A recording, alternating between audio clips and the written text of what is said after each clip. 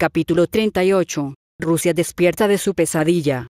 A través de la cooperación con el ejército de los Estados Unificados, al que se unió no solo un grupo de batalla de magos de Albión, sino también los restos del disperso ejército de la Federación, reunidos bajo el mando de un comandante Zinkov, nuestros valientes soldados pudieron mantener la línea contra la horda de monstruos responsables de la desolación de Moskva, mientras que las Wunderwaffen se desplegaron en una escala nunca antes vista, para lidiar con la fuente de este vil azote. Una bestia de inmenso tamaño, responsable del evento del solsticio y que se cree que fue creada por los imprudentes intentos de la Federación de crear sus propias Wunderwaffen. Aunque todavía no se ha contabilizado el número total de víctimas humanas, ya se cree que es grave, ya que decenas de miles de soldados dieron su vida para impedir que este mal consumiera el mundo. El Kaiser ha anunciado la creación de una nueva orden especial de mérito, la Estrella de la Humanidad, para cada soldado que participó en la batalla, independientemente de su país de origen. También se otorgarán numerosas condecoraciones y honores establecidos a los valientes héroes del imperio, vivos o muertos. El coronel Legend del ejército imperial y el general Hutton del ejército de los Estados Unificados han comenzado a cooperar con el comandante Zinkov para lidiar con las consecuencias de esta trascendental victoria. Aunque se ha evitado la amenaza a Europa, todavía queda mucho por hacer antes de que el ejército imperial pueda regresar a casa, ya que la capital en ruinas de Rusia debe ser limpiada de cualquier mancha persistente para garantizar que esta amenaza a todo lo sagrado nunca regrese. Además, con la muerte de todos los altos mandos de la Federación en el evento del solsticio, el destino del país sigue siendo incierto. Sin embargo, al menos los refugiados que han sido acogidos en el Reich pueden estar tranquilos, sabiendo que los monstruos que los expulsaron de sus hogares han sido asesinados. Extracto de la portada del Verum Post, 5 de agosto de 1926. XXXX. Las lecturas muestran similitudes preocupantes con las que se observaron por primera vez en el ala norte del castillo Schwarzstein después del incidente del Proyecto B, aunque las perturbaciones acrónicas han disminuido con la desaparición del Cerca, lo que ha permitido que el ciclo local de día y noche se reanude correctamente. Está claro que las réplicas persistirán durante lo que podrían ser años o incluso siglos. Por ello, todo el personal que opera en la zona de Moskva tiene instrucciones de permanecer en grupos de al menos 10 personas, permaneciendo a la vista de los demás en todo momento. Aunque todavía se desconoce el mecanismo que sustenta este fenómeno, los casos anteriores de tales distorsiones en el castillo de Schwarzstein indican que mantener una observación constante tiene un efecto estabilizador sobre el entorno. Esas cantidades también deberían ser suficientes para hacer frente a peligros más mundanos, como derrumbes o la carga psicológica de caminar entre las tumbas de cientos de miles de personas. El cadáver del propio ser K, de ahora en adelante denominado objeto K, ha demostrado ser frustrantemente resistente a los intentos de deshacerse de él.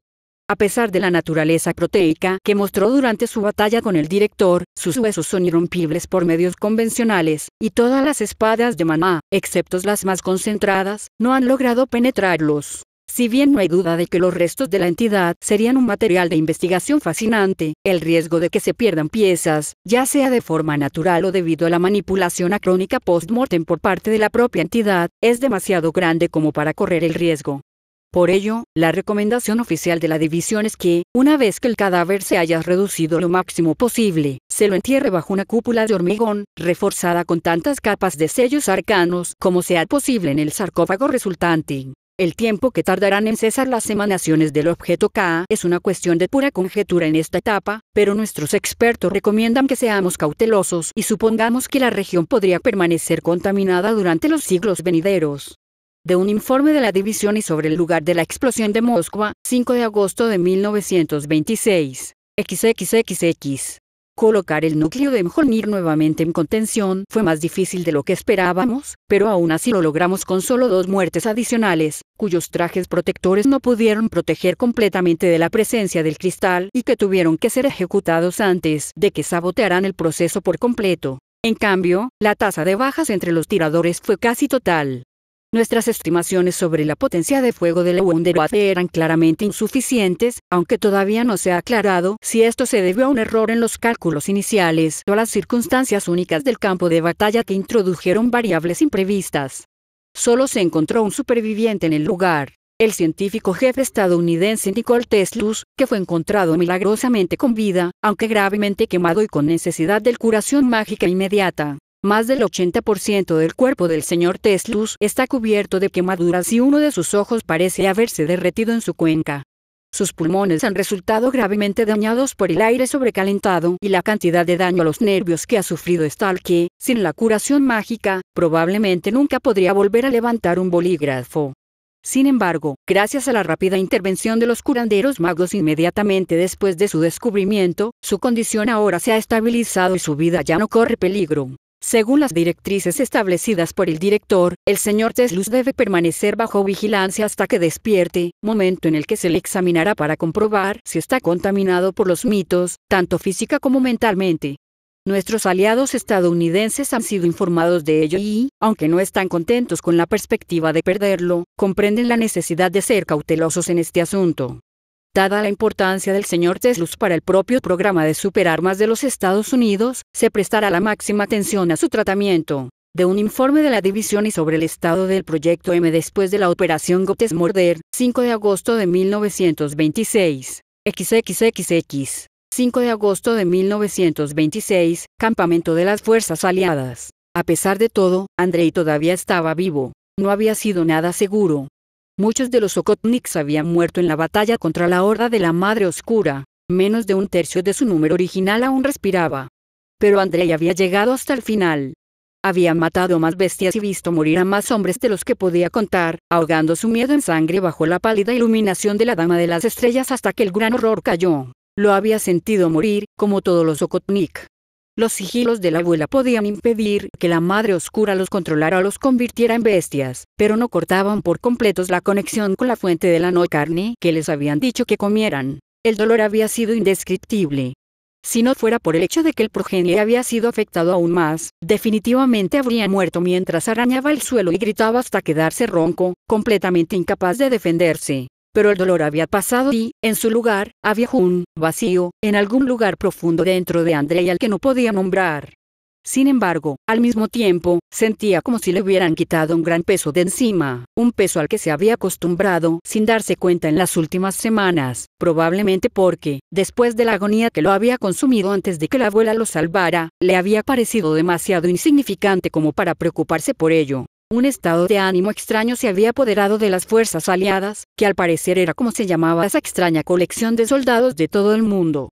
Se sentía el alivio de haber sobrevivido a la batalla, que todos los soldados sentían después de haber estado tan cerca, pero se mezclaba con algo más, algo que Andrei sentía que le faltaba la educación para expresar con palabras. Así pues, al más puro estilo pragmático de los rusos, los soldados de la Federación se pusieron a trabajar para que no tuvieran tiempo ni energía para pensar demasiado en las cosas.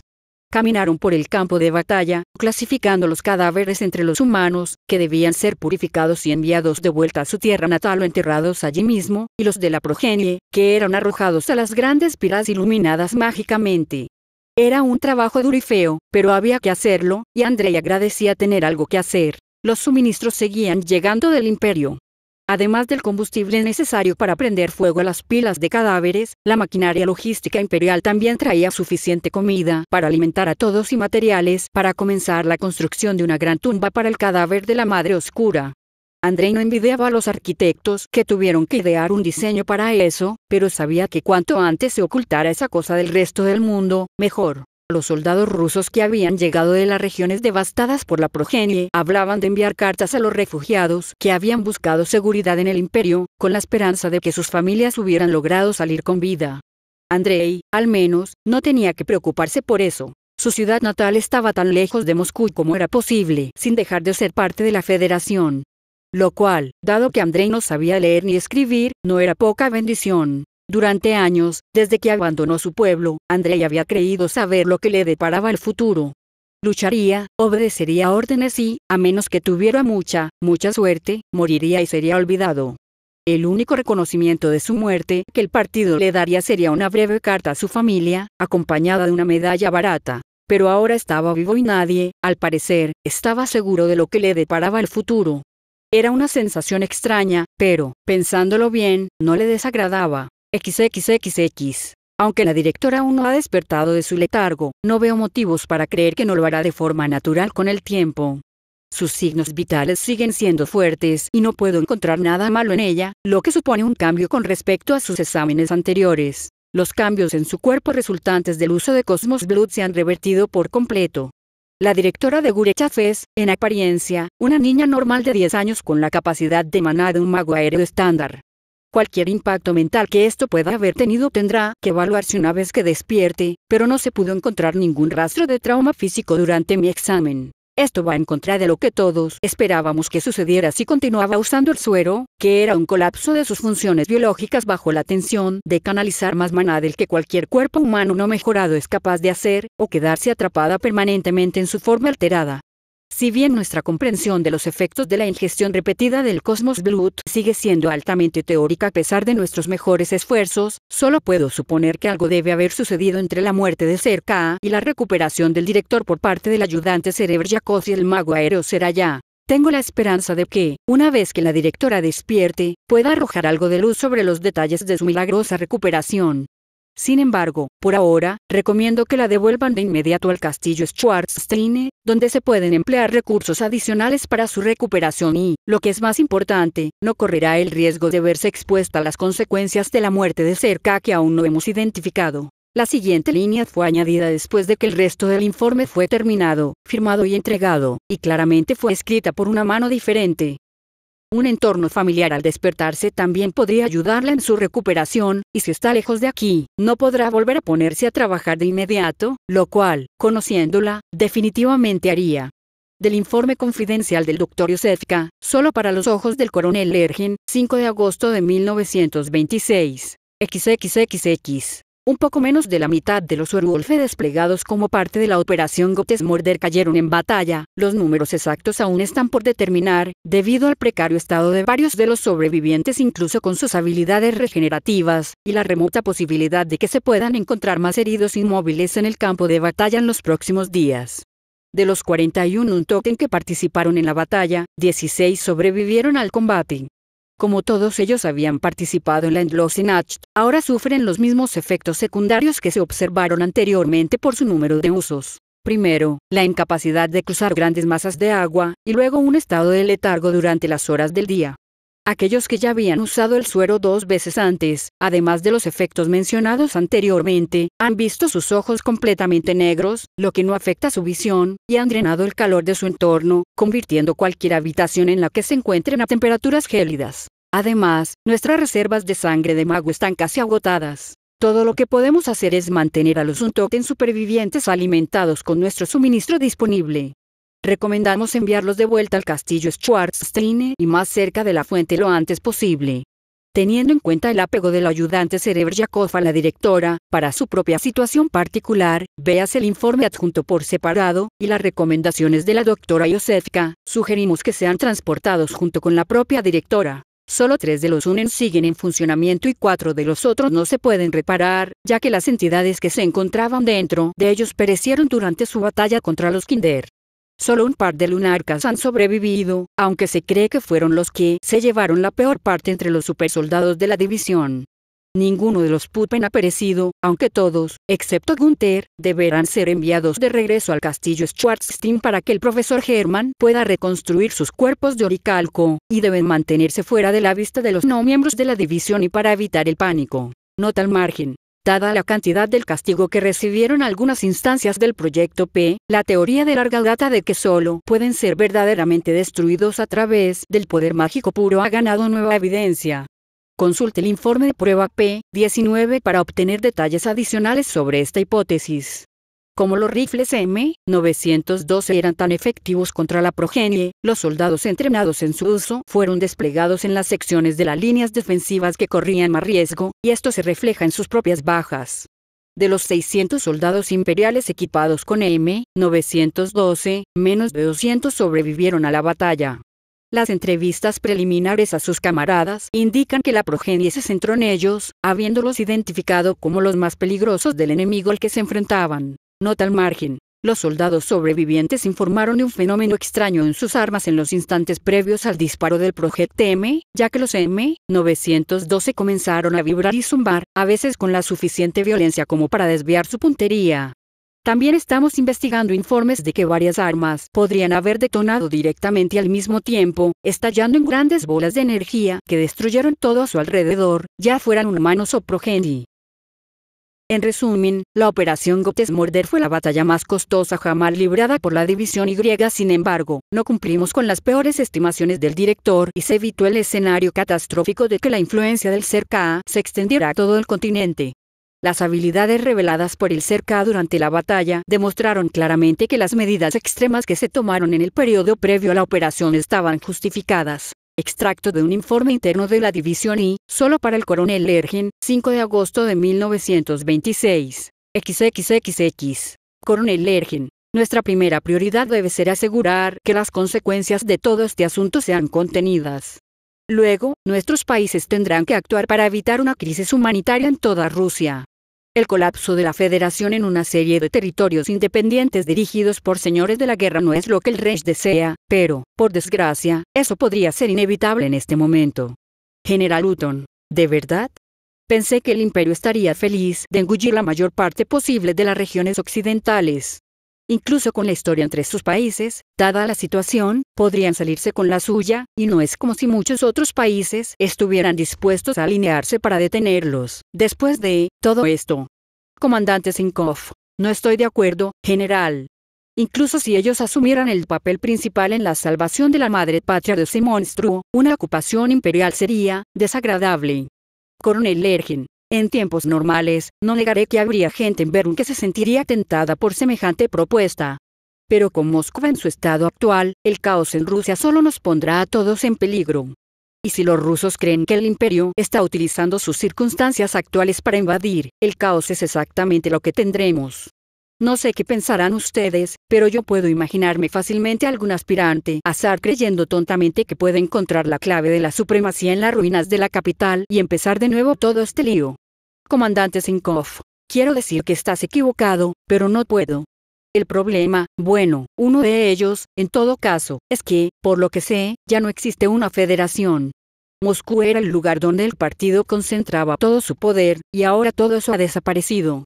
Me quedan suficientes hombres para mantener Josefgrad y las áreas circundantes, pero eso es todo. Como has dicho, el desmoronamiento de la federación puede ser inevitable.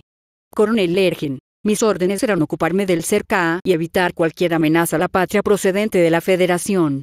Por ello, las fuerzas imperiales bajo mi mando pueden ser asignadas para ayudar a estabilizar la región. Espero recibir pronto órdenes en ese sentido, con instrucciones para ayudar a establecer gobiernos locales y estados más pequeños que con el tiempo podrán gestionarse por sí mismos sin la supervisión imperial. General Hutton, ¿va a ser usted quien esté a cargo si eso sucede?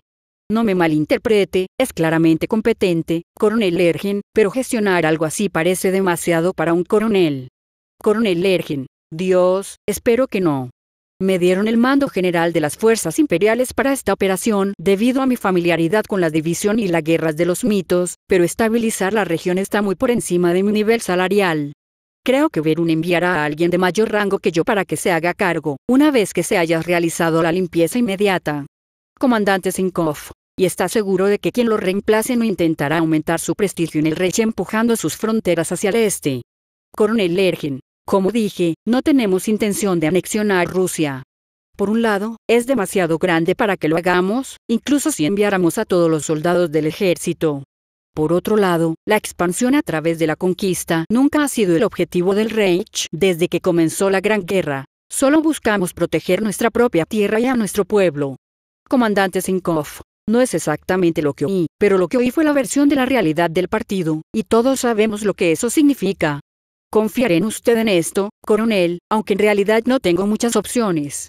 Usted todavía está en guerra con los albinos, ¿no? Coronel Lergen, supongo que ya no es así, en la práctica, sino oficialmente. Sus magos aéreos todavía nos están ayudando con la limpieza, y una vez que regresen a su patria, no creo que estén ansiosos por luchar contra el Reich ahora que han visto de lo que somos capaces con sus propios ojos. Sin embargo, los detalles serán manejados por el cuerpo diplomático imperial, no por el ejército imperial. A pesar de la reputación del Reich, le aseguro que los dos son grupos diferentes y dirigidos independientemente dentro del imperio. Comandante Zinkov, por supuesto, por supuesto. Nunca insinuaría nada diferente, coronel. Coronel Lergen. Eso espero. Extractos de las actas de la reunión entre el coronel Lergen, Ejército Imperial, el general Hutton, Ejército de los Estados Unificados, y el comandante Zinkov, Ejército de la Federación, junto con sus diversos traductores y ayudantes, el 5 de agosto de 1926. XXXX. Hermanos y hermanas, todos hemos visto la verdad. Mientras los cielos temblaban y la tierra se desgarraba, mientras las estrellas caían y la sangre negra se derramaba en torrentes repugnantes, todos presenciamos horrores que superaban lo que cualquier hombre cuerdo podría concebir. Junto con estas visiones sobrenaturales, todos vimos a nuestros camaradas morir a nuestro alrededor, asesinados por monstruos de las pesadillas más oscuras, a quienes la locura de los tiranos les dio forma y los liberó de este mundo. En medio de estas visiones de horror, emergió una verdad sombría e innegable. Sabemos que la humanidad no es la especie dominante en el cosmos. Que, si somos los hijos de Dios, entonces Él no es la única fuerza que se mueve entre las esferas celestiales. A la luz de estas amargas revelaciones, la guerra entre los hombres es un lujo que ya no podemos permitirnos. Siempre fue algo terrible y horrendo, alimentado por la codicia, la ambición y el odio mezquinos, pero ahora se ha demostrado que todas las disputas de la humanidad son absolutamente insignificantes. Sea lo que venga después, nunca debemos olvidar estas lecciones. Nosotros, que luchamos codo con codo para acabar con un Dios falso y sus secuaces, debemos recordar siempre que, pase lo que pase, todos somos hermanos ante todo. Las divisiones de nación, credo, raza e ideología no significan nada en comparación con el vínculo sagrado que nos une a todos. La Dama de las Estrellas es un símbolo de ese principio rector, un recordatorio y una promesa de que, bajo la luz de las estrellas, encontraremos nuestro destino. Panfleto confiscado encontrado circulando entre las fuerzas aliadas acampadas cerca del lugar de la explosión de Moscú, el 7 de agosto de 1926. El contenido del panfleto fue escrito 3 veces, en imperial, luego en albish y finalmente en ruso. XXXX. María, la batalla ha terminado y hemos ganado. Aún hoy me cuesta creerlo. Con todo lo que he visto, todo lo que sé, parece imposible que hayamos triunfado, y sin embargo lo hicimos. Ahora me tienen ayudando a limpiar el campo de batalla. Por eso no he podido escribirte hasta ahora. Es un desastre, una escena sacada directamente del infierno, excepto que en el infierno solo sufren los pecadores y aquí mueren demasiados inocentes. Había tantas bestias, Mary, y cada una de ellas era una persona antes de convertirse en monstruos. Te extraño muchísimo, aunque me alegra que estés muy lejos de este horrible lugar. No sé cuándo me enviarán de vuelta a casa, pero me aseguraré de decírtelo tan pronto como lo sepa. Con todo mi amor, Madriguera. Carta de Warren Grant Summer y Sue, 8 de agosto de 1926. XXXX. 10 de agosto de 1926, Londinium. En las calles de la capital de Albion reinaba un ambiente de alegría y confusión. Después de todas las historias de terror que habían llegado desde Rusia, el público se alegraba de que la fuente del mal que había destruido Moscú hubiera desaparecido. Sin embargo, al mismo tiempo, se escuchaban quejas, pues cada vez eran más los que se oponían a la guerra contra el imperio y señalaban los acontecimientos de Rusia como otra señal de que luchar contra el Reich era una tontería y una irresponsabilidad. En una casa señorial lujosamente decorada, había un periódico sobre la mesa entre los miembros de la mesa redonda. El titular decía: la Alianza de Naciones detiene los horrores mágicos rusos fuera de control. El artículo, que ocupaba la mitad de la edición especial del London Times, describía la batalla de las fuerzas aliadas contra la progenie con detalles esclarecedores, tal como lo contaba el reportero de guerra que de alguna manera había logrado llegar hasta allí y sobrevivido para contar la historia. El resto del periódico estaba repleto de entrevistas a diversas personas y de especulaciones desenfrenadas, algunas de las cuales rozaban la definición técnica de traición a la corona. Ni siquiera los esfuerzos del brazo propagandístico del gobierno de Albish habían podido suprimirlas esta vez, o, tal vez, se les había ordenado que no lo hicieran. El propio primer ministro se encontraba en la sala, fumando un puro mientras miraba fijamente a los dignatarios allí reunidos. Entre su calvicie en constante progresión y su generosa cintura, no era un hombre físicamente impresionante, pero ninguno de los otros dignatarios allí reunidos se atrevió a mirarlo a los ojos mientras recorría la sala. Ayer, comenzó Churchill, Su Majestad me convocó al Palacio Real para dar cuenta de mis recientes acciones. Allí, me enteré de que el rey había recibido recientemente una misiva de su primo imperial informándole de los, digamos, detalles confidenciales de lo que sucedió en Rusia y cómo sucedió. Estaba disgustado porque uno de nuestros propios espías estaba involucrado de alguna manera en que la Federación pusiera sus manos en la investigación mágica que condujo al evento del solsticio. Nadie dijo nada. El mero hecho de que el primer ministro estuviera presente era un indicio de lo mal que le iban las cosas a la antigua sociedad secreta. Si bien su gabinete conocía la existencia de la mesa redonda desde hacía mucho tiempo, siempre había mantenido cierta distancia, al menos en aras de una desmentida plausible. Nuestra guerra con el imperio ha terminado, declaró Churchill. Incluso si de alguna manera pudiéramos seguir luchando sin que la turba nos arrastrara a las calles y nos colgara, apuñalar por la espalda al imperio después de que encabezara la ofensiva para detener al monstruo que destruyó Moscú, un grupo de la Federación nos convertiría en un estado paria. El Reich estaría totalmente justificado en utilizar todas las Wunderwaffen que necesite para destruir nuestro ejército y desembarcar tropas en el continente y, como ha quedado claramente establecido, no podríamos hacer nada para detenerlos. Espero presentar mi dimisión al rey como parte de los términos de la paz, continuó el primer ministro, que parecía totalmente despreocupado por el hecho de que acababa de anunciar la muerte de su carrera política. Pero no es por eso que estoy aquí. Vine aquí para asegurarme de que todos y cada uno de ustedes, idiotas, entiendan la situación en la que se encuentra Albión debido a nuestras decisiones. Somos conscientes de nuestros errores, primer ministro, dijo Kai, manteniendo la mirada baja. Y aunque no es excusa, me gustaría señalar lo absolutamente impredecible que ha sido toda la situación, desde que se reveló la división Y. No podríamos haber predicho cómo evolucionarían las cosas. No podrías. Pero pensaste que podías, y debido a eso, la posición y la influencia internacionales del Reino Aliado se verán paralizadas durante años, por no hablar de nuestra economía. El surgimiento de una potencia hegemónica continental, que hemos tratado de evitar durante siglos, es ahora casi seguro, y no hay nada que podamos hacer al respecto. Una vez más, nadie dijo nada. Al fin y al cabo, todo era verdad. La libertad del mago real será parte de los términos de paz, aunque estoy seguro de que nos costará conseguirla. Una vez que Merlín regrese a Albión, se retirará de su puesto, y todos ustedes se asegurarán de que no haga nada tan estúpido como esa maniobra en Réndula. Sospecho que eso requerirá un compromiso de tiempo completo de todos ustedes, dijo el primer ministro con una sonrisa de oreja a oreja, así que todos ustedes deberán presentar sus propias renuncias a cualquier cargo oficial que ocupen actualmente para poder concentrarse en eso. Nadie se opuso. Todos eran conscientes de la indulgencia con la que los trataban, gracias a su influencia y riqueza, que, incluso ahora, seguían siendo considerables. Más importante aún, el Reino Aliado no podía permitirse el escándalo de un juicio público que expusiera los mecanismos internos del gobierno Albish.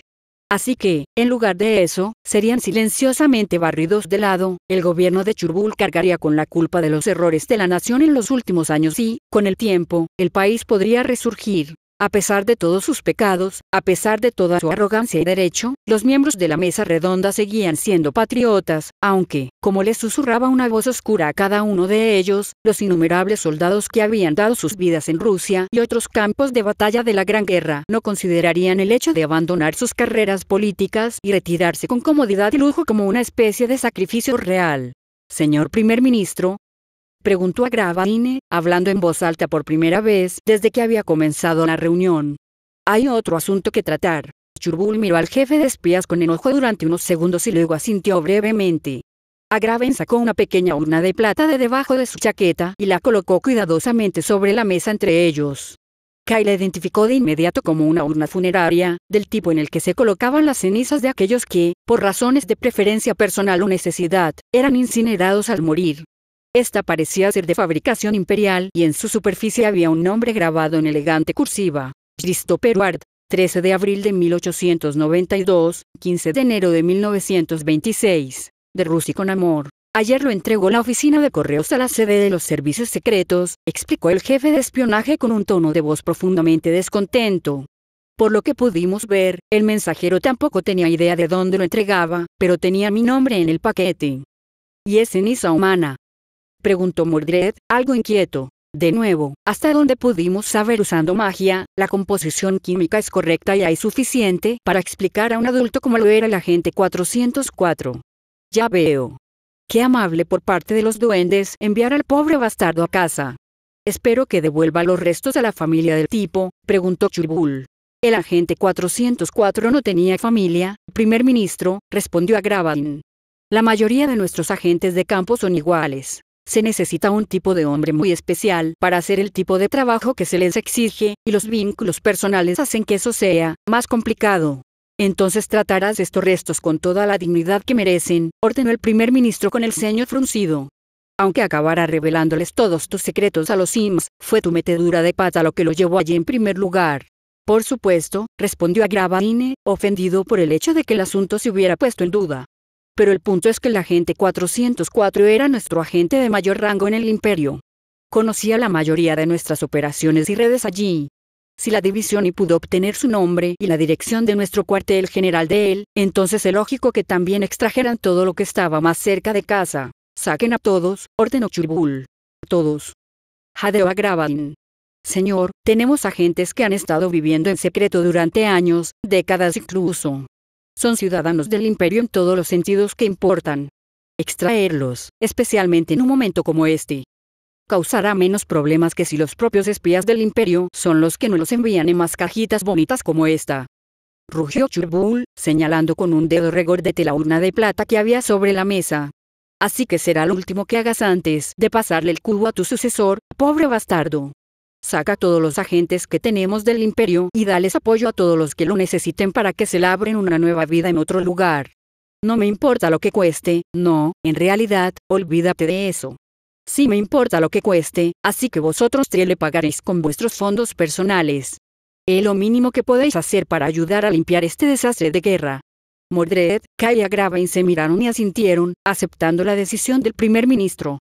En otro tiempo, la mesa redonda había conocido la decisión del jefe de gobierno de su majestad real antes que él mismo, pero ese tiempo ya había terminado. La mesa redonda como grupo podría sobrevivir a la gran guerra, pero lo haría de una forma muy reducida, ya no moviendo los hilos del reino desde las sombras. XXXX. 11 de agosto de 1926, capital imperial Berún, cuartel general central del ejército imperial.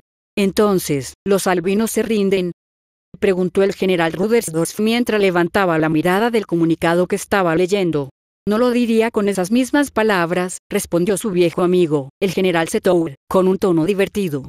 Los dos viejos oficiales estaban sentados juntos en una oficina, revisando informes.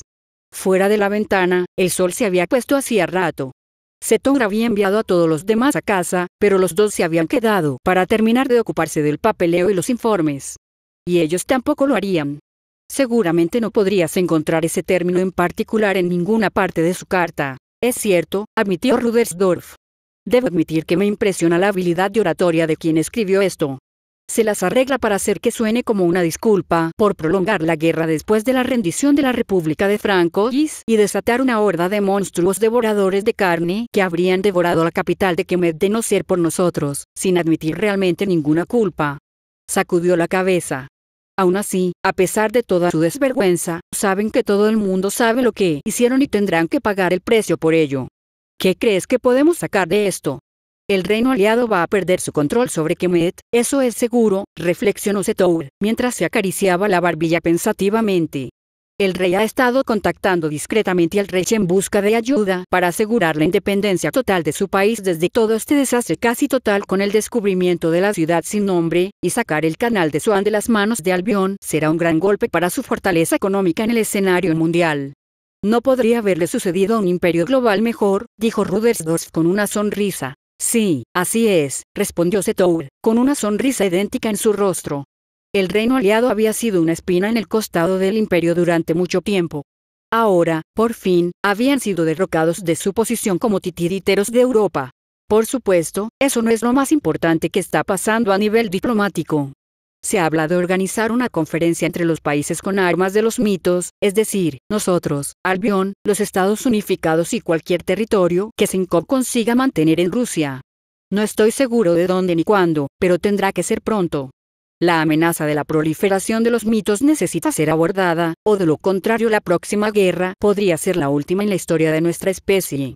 En este momento, hay mucha presión para asegurarse de que nada como el evento del solsticio vuelva a suceder, pero en sus documentos, la mayor de Gurechav dejó en claro que creía que cualquier tabú solo durará un par de generaciones antes de que comience a perder su potencia, especialmente cuando los beneficios potenciales son tan grandes. Una carrera armamentista oculta no beneficiaría a nadie. Para nosotros es fácil decirlo, señaló Rudersdorf. Somos los que tenemos el arsenal de mitos más potente, si no contamos lo que los estadounidenses seguramente aún deben estar construyendo en casa. Decirle a todo el mundo que no pueden jugar con los mismos juguetes que nosotros no es probable que caiga bien.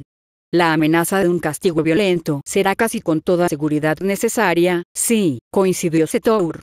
Pero dado que la alternativa es el riesgo muy real de la aniquilación de nuestra especie, y, de nuevo según los documentos de Degourechat, ese es uno de los mejores resultados posibles, creo que simplemente tendremos que resignarnos a ello. Por un momento, los dos generales se sentaron, fumaron y pensaron en un futuro que estaba prácticamente garantizado que sería diferente a todo lo que cualquiera de ellos hubiera imaginado cuando la entente legadoniana cruzó por primera vez las fronteras del Reich. Finalmente, Rudersdorf habló. Así que, se acabó, entonces. La guerra más grande de la historia de nuestro país, librada con armas jamás soñadas y contra enemigos salidos directamente de los infiernos más negros, y se acabó. No lo creo. Todavía queda la limpieza en Rusia, que llevará años resolver adecuadamente, por no hablar de los inquietantes rumores que llegan desde el lejano Oriente y Brasil. Rudersdorf hizo un gesto con la mano con desdén. Sí, claro, pero eso es lo que sigue, el habitual y complicado asunto de arreglar las cosas una vez que las armas dejan de disparar. La parte más importante, por supuesto, a menos que quieras que todo el lío vuelva a empezar en un par de décadas. Pero la guerra en sí ha terminado, a menos que alguien haga algo catastróficamente estúpido. Con un poco de suerte, ambos podremos retirarnos finalmente en un año o dos y ceder las riendas al Ergen. Sin duda ha demostrado que se lo merece. Por favor, dijo Setour con una sonrisa apenada, no tientes al destino de esa manera. Pero sí, el buen coronel se ha ganado con creces unos cuantos ascensos, aunque no creo que no los agradezca. Es una lástima para él. Tendrá que afrontarlo. Además, le esperan un montón de medallas cuando vuelva de la Federación.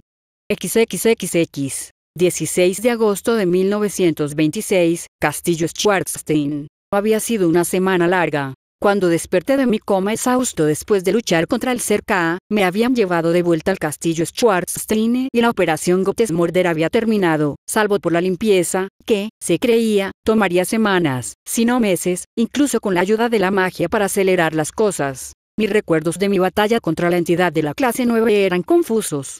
Un cerebro humano no podía procesar lo que había experimentado bajo los efectos del Cosmos Blut, y ahora, mi cerebro era completamente humano de nuevo. Cuando Cory me vio, se echó a llorar al verme completamente humana. Los niños Natsadi no reaccionaron mucho mejor, y se abstuvieron de gritar solo por el trauma persistente que les causaba ese ruido. No había entendido por qué hasta que recordé aquellas historias que había leído en mi vida anterior sobre niños que habían quedado traumatizados por algo tan simple como que su padre les afeitara la barba. Al rescatarlos de la congregación de Michael y Nazaduni respectivamente, me había convertido en un pilar de apoyo para esos niños, y ahora ese pilar se estaba tambaleando. Pasé los pocos días posteriores a mi regreso, asegurándoles que todavía era yo mismo y que ellos todavía estaban a salvo y protegidos. No les dije que, si bien todavía tenía acceso a mis antiguas capacidades mágicas, completamente humanas, Yosefka me había prohibido terminantemente volver a usar el Cosmos Blut. Dadas las palabras de advertencia de la abuela antes de que se fuera, tenía la plena intención de seguir el consejo del buen doctor. Había escrito un informe sobre mi experiencia bajo los efectos del suero y describí la aparición y la intervención de la abuela en un informe aparte. Según una carta que había recibido el coronel Lergen, parecía que, quienquiera que fuera, era ella quien había ayudado al ejército de la Federación a crear a los supersoldados que habían desplegado en la batalla contra la progenie, dominando de algún modo el poder de la carne del cerca que habían ingerido. Ella también había desaparecido a raíz de la operación Gottesmörder, aunque los métodos que había enseñado a los médicos del ejército de la Federación no habían perdido su eficacia. La pregunta de por qué había intervenido para salvarme la vida aún estaba en el aire. Dadas sus interacciones con Zinkov, parecía que tenía cierto cariño por Rusia. Tal vez haber ayudado a salvar el país derrotando a Cerca había sido suficiente para que se sintiera en deuda conmigo. Antes de desplomarse de cansancio, Yosefka me había ordenado que permaneciera en reposo al menos tanto tiempo como ella, fuera el que fuera. La buena doctora se había esforzado mucho más de lo que podía para salvar a tantos soldados heridos como fuera posible y, cuando terminó la batalla, se arrastró hasta mi lado para brindarme toda la ayuda que pudiera. Francamente, la admiraba y, tal vez, me asustaba un poco su ira si desobedecía sus instrucciones. Así fue como terminé en mi situación actual. Acostada en la cama, con Cory y un trío de niños Natsadi acurrucados contra mí, tratando de leer el papeleo que de ninguna manera podía delegarse con Visa a mi lado tomando dictado, hablé lo suficientemente bajo para no molestar a los niños, quienes parecían tranquilizados por mi voz de todos modos. El uso que hizo mi ayudante del Endlosinach por tercera vez en Moscú tuvo sus propias consecuencias y, a diferencia de mí, ella no contó con la ayuda de una misteriosa bruja anciana que se las quitara con un movimiento de su arrugada mano. Al igual que los otros Untoten que habían usado el suero 3 veces, sus ojos eran ahora 2 esferas de oscuridad, ocultas tras unas gafas oscuras para no asustar a la gente, excepto que los suyos estaban marcados por un patrón de puntos plateados como estrellas en un cielo nocturno, que brillaban ligeramente. El efecto recordaba cómo se veía mi cuerpo en mi estado transformado. Además, a diferencia de sus compañeros, Visa ya no estaba letargada durante el día, aunque seguía siendo vulnerable a la luz del sol, una prueba que había insistido en hacer a pesar de mi renuencia, y que había terminado con la necesidad de beber varias dosis adicionales de sangre para recuperarse. Esto la había vuelto aún más valiosa como asistente personal, especialmente porque, en mi estado actual, también necesitaba un guardaespaldas a mi lado. Un simple hechizo, simple para los estándares de la división y, al menos, era suficiente para neutralizar los efectos de drenaje de calor de la presencia de Visa, que podrían haber enfermado a los niños. El sol se había puesto hacía un par de horas, y pronto yo también tendría que irme a dormir, pero por ahora estaba disfrutando de la relajante rutina de procesar papeleo, rodeado de gente en la que confiaba. Se oyó un suave golpe en la puerta. Miré a Visa, que no parecía preocupada mientras se ponía de pie. Con sus sentidos mejorados, habría oído los pasos que se acercaban mucho antes del golpe y habría identificado a quién pertenecían. Si se hubiera tratado de alguien no autorizado o desconocido, se habría movido para neutralizarlo mucho antes de que pudiera llegar a la puerta. Mi ayudante abrió la puerta y entró Elia. Le sonrió a Visa y luego a los niños. «Director», dijo el ex espía imperial en voz baja. «Ha llegado una carta para usted». Me entregó la carta que llevaba. Con cuidado, solté un brazo de detrás de la cabeza de Breta, la recogí y la miré, notando el símbolo impreso en el sello de lacre que la mantenía cerrada. Era un símbolo familiar para todos los ciudadanos del Reich, la heráldica personal del propio emperador. Lo abrí y lo leí con atención. Mis cejas se alzaban cada vez más a medida que avanzaba. Sabía más o menos que algo así era inevitable desde el momento en que vi que el ejército de Asio estaba completamente destruido, pero aún había una parte de mí, tanto de mi vida actual como de mi vida anterior, que no pudo evitar sentirse mareada ante la noticia. Al fin y al cabo, ¿qué niño o niña no había soñado con convertirse en caballero? XXXX. Mayor de Gurechav. Por la presente, se le convoca a reunirse con Su Majestad Imperial en el Palacio Imperial dentro de 2 semanas, el día 3 de septiembre de este año, a las 10 de la mañana. Su Majestad Imperial desea agradecerle personalmente su gran servicio a la patria, en una ceremonia en la que será elevado a la nobleza, ganando con ello el derecho a utilizar la preposición bon en su nombre, derecho que pasará a sus descendientes a perpetuidad.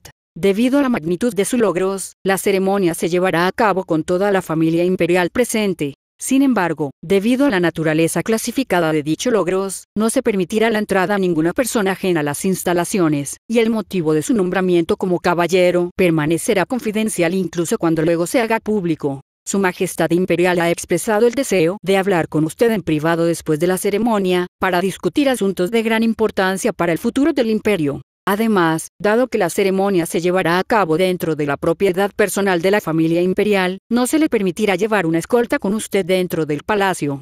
Sus asistentes permanecerán en la casa de los sirvientes afuera, donde serán atendidos lo mejor que pueda la casa imperial. Carta dirigida a la mayor Tanya de Gurechav, recibida en el castillo Schwarzstein el 16 de agosto de 1926. XXXX. Notas del autor. Las piezas están tomando forma.